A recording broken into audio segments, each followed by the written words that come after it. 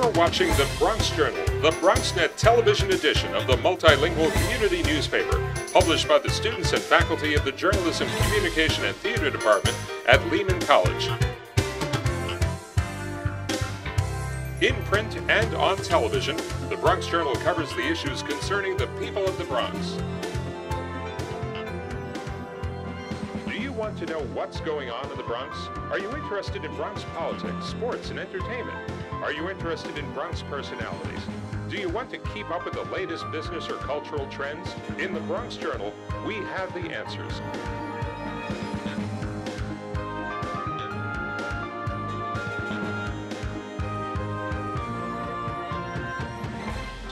Now here's your host, the Bronx Journal's editor-in-chief, Professor Miguel Perez.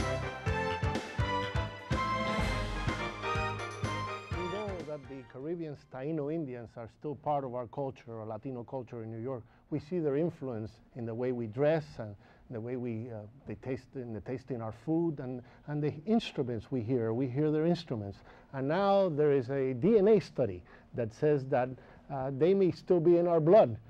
Today on the Bronx Journal, we will look into this study, and we will also explore the history of Taino Indians and how they are more of a part of our culture, our society, than we actually thought. And I'm joined by National Museum of American Indian exhibitor, curator, Jorge Esteves, musician who is also a historian on Taino Indians, Ilka Mateo, and members of the Maisi Yucayeke organization, Taino organization, Roman Perez, and also Luis Ramos, president of another organization, the Taino Earth Prayer Lodge Society. Welcome. I got through all of those names and all those titles. Thank you for being on the program. It's a pleasure having you here. And we welcome on this program and at this university the opportunity to share Taino culture with the people of the Bronx. We want this to be an educational experience for everyone, including myself. I am here to learn. And so please tell us a little bit, Mr. Esteves, please tell us a little bit about who were the Taino Indians and where did they live? Well, the Taino Indians, I wouldn't say that they were, it's who we are. Okay. We're very much First correction right there. There you go, right off the bat. Well, the Taino people, or what we call the classic Taino, which were the people that Columbus encountered in 1492, were a mixture of a bunch of different peoples that had entered the Caribbean stretching over 7,000 years. And these were the people that Columbus basically encountered. It was a mixture of all these different people that became the Taino. What islands were they? Well, they stretched all the way from the Bahamas to Jamaica, from Cuba, all the way to Puerto Rico, and the Dominican Republic, Haiti, the major Antilles. Okay, and why is it that people, and you can answer this question as well, why is it, all of you can answer this question, why are so many people under the impression that the Taino Indians were extinguished? Well, that has a lot to do with historical inaccuracies. Certainly, the history is written by the conqueror, not by the conquered. And basically, since the very beginning, before 1492, there were no Indians living in the Americas, because Indians, that the name didn't apply to the people, the aboriginal peoples of the hemisphere. As soon as Columbus landed, he called people Indians, then we became Indians. Later on, we became Puerto Ricans, Dominicans, and so on and so on. So in every stage of history, we're labeled as something different. And this is how basically, bit by bit, we get written out of the picture. Also, I think like just being written out of history, from the books, what the kids read in school today is that the Tainos are extinct. That's the first thing that comes out. And today we're proving that differently, but that's where a lot of the people get their beliefs from. How do people know, what is out there in New York that we can see every day that's Taino, and you guys who know can identify, look, that comes from our roots, that's our heritage.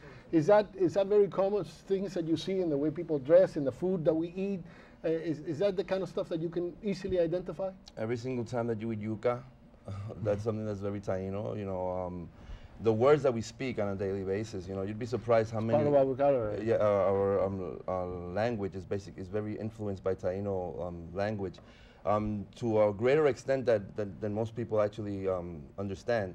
Everything from chin chin, which is something that we use in the Caribbean to say a little bit, that's a Taino word, and the names of most of the towns in the Caribbean are of Taino extraction. So it's a very deep influence, linguistic influence. So if I say I have to hurry up porque solamente me queda un chin, Chin, chin. I'm speaking Taino. That's, well, part of it, yes. Well. There you go. Luis Ramos, tell us about the spiritual side of the Taino experience. I understand that this is your specialty. Yeah. Well, as a community social worker and also as a chaplain, I've been privileged to enter people's homes 4 or 5 years now. And one thing I've discovered is that the Taino is very much alive, the spirituality. Many people I've encountered have their Indian statue in the corner with the water, the cigar, and the yuca, and so on, the casabi bread. And as I conversate with people, I realize the spirituality of our people, Taino, is very much alive. And sometimes people can't say this is Taino, but they just live it. So last year I had the idea, let me put a website up, the Taino Earth Prayer Lodge Society, which I've been praying over for many years to organize, and see what happens. And believe it or not, I got a lot of emails, tons of emails from people throughout the United States, some in the Caribbean, who are yearning to express this Taino identity, spirituality. They're looking for community, they're looking for support. Is that something that's more common, that spirituality, that sense of society, of a group, more common in the Caribbean than it is in New York, or is it very prevalent here as well?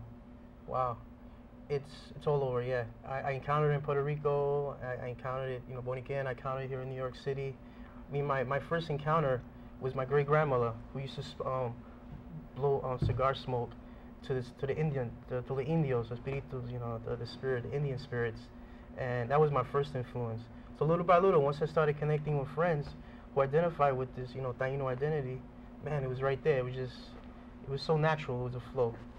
In Puerto Rico, you see it just as well. Well, I want to ask you a little bit more about that, but we want to meet your colleague here, Irka, and she's here with a whole bunch of incredible instruments that she was playing right before we began, and it was the sound of this thing is amazing. It sounds like a drum, but it's a piece of wood. Yeah, Welcome to the show, and tell me about the music of the Taino. It is a piece of wood, but it's an instrument, and the name is mayahuacan. This is one of the instruments that we have in heritage, and this is, as you just said, is made of wood, and it's carved. On the yes, side. inside. Okay. See, so that makes the sound. And we have What this. is the sound? Show us the sound that it makes. You play with these sticks of rubber, the rubber in the points, so it makes a very nice sound. If you play this side, it's different, you see? So this makes all the magic, this rubber.